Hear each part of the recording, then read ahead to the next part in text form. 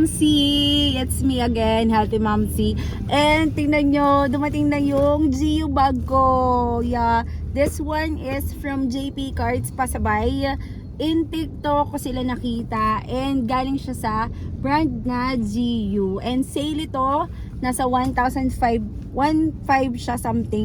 Pero nung nabili ko, nasa 600 ata o to 700 plus na ang price niya. And ang gusto ko sa kanya, yung pagka-red niya is classic tingnan. Tapos hindi siya yung red na, alam mo yung parang pang may birthday na red.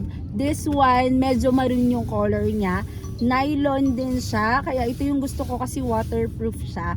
Tapos yung laman naman niya is malaki siya. Kasya nga yung laptop dito. I think yung maliit na laptop kasya dito and iPad.